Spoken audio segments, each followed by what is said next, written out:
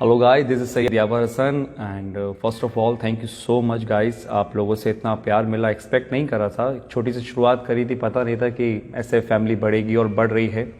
Once again thank you so much. आप लोग मेरी वीडियोस देखते हैं, पसंद करते हैं, मुझे कमेंट्स में पता चलता है। सो आज मैं एक बहुत ही इंपॉर्टेंट बात करने आया। मुझे पता है कि आप ये पूरी वीडियो देखेंगे और समझेंगे भी। एक छोटा सा इंसिडेंट हुआ सुबह मेरे साथ, तो सोचा आपके साथ शेयर करूँ मैं नॉर्मली जिम आया था सुबह एंड मैंने अपने कैमरा स्क्रीन पर देखा, जो आप अभी इस स्क्रीन पर देख रहे हैं। एक बंदा था जो पार्किंग में आया और गाड़ी के पीछे कुछ करने लगा, तो मुझे लगा पता नहीं क्या कर रहा है, मैं देखूं ज़रा। मैं उसको देख ही रहा था कि मुझे समझ में आ गया कि ये नीचे से कुछ उठा रहा है, और जो वो उठा रहा है वो रोटी है। ये वो रोटी है जो शायद 1-2 दिन से पड़ी होगी, जिसको जानवर ने भी नहीं खाया। मैं तुरंत नीचे गया और नीचे जाने के बाद मैंने उसको रोका एंड पूछा उससे कि कोई हेल्प चाहिए क्या। उसने मुझे कोई रिप्लाई नहीं करा। मैंने उससे फिर पूछा कोई हेल्प चाहिए क्या दादा। उसने मुझसे बोला कि नहीं कुछ नहीं, मुझे मिल गया। तो उसके हाथ में जो रोटी थी वो बिखर रही थी। मैं सिले से बता रहा हूँ मैं आपको कि वो 2-3 दिन से पुरानी रोटी होगी कम से कम, मतलब जिसको जानवर ने भी नहीं खाई। वो इतना मजबूर था कि उसको खाने को तैयार था, लेकिन मांगने को तैयार नहीं था। उसने मुझसे कुछ नहीं मांगा। स्टिल मैंने उसको फोर्स करा और मैंने पूछा कि क्या मैं आपकी थोड़ी मदद कर दूं। उसने चुपचाप से सर हिलाया और मैंने उसको कुछ पैसे दिए। पैसे लेने के बाद उसने मुझे पैसे रिटर्न करने की कोशिश करी। उसने कहा था नहीं मुझे इतने पैसे नहीं चाहिए, 5-10 रुपये बहुत हैं। एंड मुझे समझ नहीं आया। मैं बोला कि ठीक है आप रख लिया, आपके आगे काम आएंगे। बट उसने मुझसे वो पैसे लेने से मना करा। तभी मैंने उसको समझा कर वो पैसे दिए और फिर वहाँ से मेरे दिमाग में कुछ चीज़ें आई जो मैं आपके सामने शेयर करना चाहता हूँ। कि बात यह है कि वो आदमी बेकारी नहीं था, पहले कुछ काम करता होगा जिसकी वजह से उसका काम छूट गया है और उसको मांगने में शर्म आई थी या जो भी हुआ वॉट एवर। और वो इतना मजबूर था कि वो सूखी रोटी खाने को तैयार था और लेकिन मांगने को तैयार नहीं था। और ये हालत हमारी जो बन रही है आने वाले टाइम के अंदर, इस पर थोड़ा सा अगर आप सोचो तो ये आपको समझ में आ जाएगा कि कितनी बड़ी प्रॉब्लम हमारे सामने खड़ी है आकर। ये बात तो हो गई मौजूदा हालात की कि आदमी किस हद तक चला गया है। अब मैं इस कहानी को थोड़ा सा और आगे ले जाता हूँ। करते हैं डेविड क्लोरी की। बहुत से लोग जानते हैं डेविड क्लोरी को, लेकिन जो लोग नहीं जानते मैं उनको बता दूं कि 2017 में एक ट्रेलर आया था मूवी का, मूवी का नाम था ग्रे स्टेट। अब इसमें क्या नया है?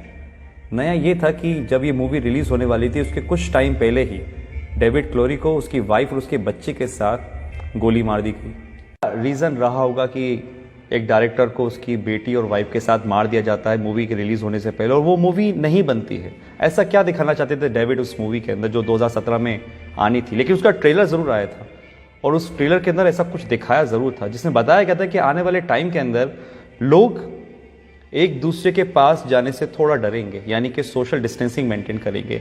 लोगों को एक घर में कैद कर दिया जाएगा, यानी कि लॉकडाउन होगा।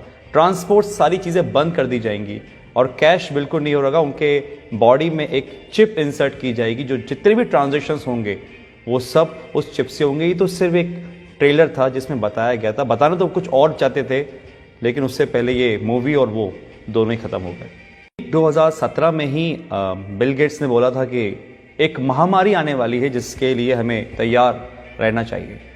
और ठीक 18 अक्टूबर 2019 को बिल गेट्स ने एक मीटिंग में बोला कि अब जो वॉर होगी कंट्रीज के बीच में वो मशीन से नहीं होगी, वायरस से होगी। और अभी आप जानते हैं बिल गेट्स को लेके क्या कंट्रोवर्सी चल रही है। आपको लग रहा होगा कि दो वीडियो का आपस में क्या कनेक्शन है। कुछ लोग समझ रहे होंगे, कुछ लोगों को समझ में नहीं आ रहा होगा। तो यहाँ पर एक यू टर्न आता है और मैं आपको ले जाता हूँ 1980 में। 1980 के अंदर एक ऑर्गेनाइजेशन बनी जिसका मेन मकसद था इस पूरी दुनिया में एक पावर होना, यानी कि पूरी दुनिया को एक पावर चलाना।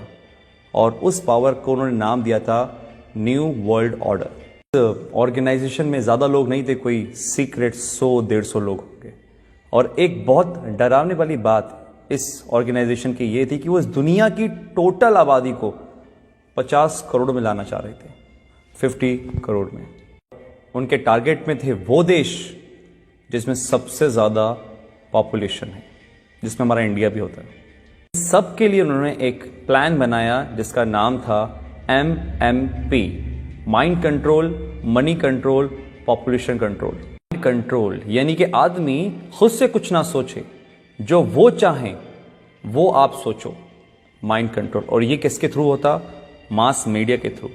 जो मीडिया में दिखाया जाएगा वो आदमी सोचेगा, और एक कल्चर ऑफ फेयर यानी कि एक डर का माहौल बनाना, क्योंकि डर एक ऐसी चीज है जो अगर दिमाग में बिठा दी जाए किसी की तो इतनी आसानी से निकलती नहीं है, और वो ऐसा हुआ है। आज बहुत से लोगों का माइंड कंट्रोल करती है मीडिया, जो वो बोलती है वो आप मानते हो। और कल्चर ऑफ फेयर, डर का माहौल, ये तो आपने देखे रहा है जो आजकल चल रहा है। कंट्रोल यानी कि आदमी जितना हो सकता है लेस कैश, कैशलेस, या जितना हो सकता है टोटली डिजिटल, और वो आपके सामने ही है। आज हमारी डिजिटल करेंसी किस तरीके से बढ़ रही है आपको पता ही है। पॉपुलेशन कंट्रोल, और वो कैसे होगी? जिस देश की आबादी बहुत ज़्यादा, जहाँ पे बहुत सारे लोग हैं, क्योंकि एक देश की ताकत उसके लोग ही होते हैं, वहाँ की पॉपुलेशन ही होती है। तो उस पॉपुलेशन को कम करना, और आप कम करने का मतलब आई थिंक तो समझ चुके होंगे कि मैं क्या बोलना चाह रहा हूँ। इतनी बड़ी ऑर्गेनाइजेशन चला रहा है, कौन ये सब कर रहा है, ये सब आपको आने वाले टाइम में अंदर पता चल जाएगा। क्योंकि आने वाले टाइम में सिर्फ दो लोग रहेंगे, एक वो जो काम करेंगे, एक वो जो काम करवाएंगे। अगर मैं इसको स्ट्रेट फॉरवर्ड बोलूं तो राजा और गुलाम। एक वो लोग जो इस दुनिया पे राज करेंगे, और एक वो लोग जो उन राज करने वालों की गुलामी करेंगे। ऑर्गेनाइजेशन का एक एजेंडा था, एजेंडा 21, यानी कि 2021 तक इस काम को पूरा करना, और 2020 जब से स्टार्ट हुआ है, आपको पता है सब क्या हो रहा है। लाखों लोग हैं जो समझ पा रहे हैं इस बातों को, लेकिन करोड़ों लोग हैं जो इस बातों को नहीं समझ पा रहे। एजेंडा 21 2021 तक इन काम को पूरा करना, और अगर सीरियसली इस बातों में कुछ भी सच्चाई है तो हम बहुत बड़े खतरे में गाइस। ये वायरस आया जो कि हमारा है नहीं, किसी और देश से आया है। हम आपस में ही लड़ रहे हैं, कोई धर्म के नाम पे तो किसी काम के नाम पे। और जो इस एजेंडा का सबसे बड़ा फंडा था कि लोगों को आपस में लड़वा दो, आज हमारे घर में हम छोटी छोटी सी बातों पर विवाद कर लेते हैं। आज अगर हम घर से बाहर निकलते हैं तो हमारे घर वाले इस चीज के लिए प्रोटेस्ट करते हैं कि भैया घर से बाहर नहीं निकलो, बाहर जाओगे तो मर जाओगे। ये दिमाग में हमारे किसने भरा? कौन कंट्रोल कर रहा है हमारे दिमाग को? आप खुद समझदार हैं। बहुत से लोग बोलेंगे कि यार ये तो कुछ कहानी जैसी लग रही है, तो कहानी ही सही, क्योंकि जो अभी मौजूदा हालात हैं कोरोना से लेकर, ये भी कोई फिल्म की स्टोरी से कम नहीं है, जो बढ़िया से स्क्रिप्ट करी गई है और बहुत अच्छी तरीके से प्ले हो रही है। मैं आता हूं अपनी पुरानी वाली बात पर कि जो सुबह मेरे साथ इंसिडेंट हुआ कि एक मध्य वर्ग का आदमी जो लोअर मिडिल क्लास है, जो शायद कुछ भी काम करके काम चला रहा था, वो मांगने को नहीं तैयार है। वो 3 दिन पुरानी रोटी खा लेकर छुप कर उठाकर, लेकिन वो मुझसे पैसे लेने को तैयार नहीं था। मैंने फोर्सफुली उसको पैसे लिए थे। ये हालात है। तो एक मैसेज तो ये है कि अगर आपके आसपास कोई देखे जो हो सकता है मजबूर हो, लेकिन शर्म के मारे नहीं मांग पा रहा हो, तो उसकी आप जरूर मदद करिएगा। इतना तो हम लोग अंदाजा लगा लेते हैं कि कौन परेशान है कौन नहीं। दूसरी बात, अगर ये बात सही है कि जो 1980 में एक एजेंडा चला, एजेंडा 21, डर का बिजनेस, अगर ये सही है तो गाइस आप लोग समझिए, संदीप महेश्वरी, मिस्टर रॉय चौधरी, ऐसे बहुत से लोग हैं, बड़े बड़े डॉक्टर्स हैं जो आपको समझाने की कोशिश कर रहे हैं कि इसका मॉर्टेलिटी रेट बहुत कम है, 0.01%।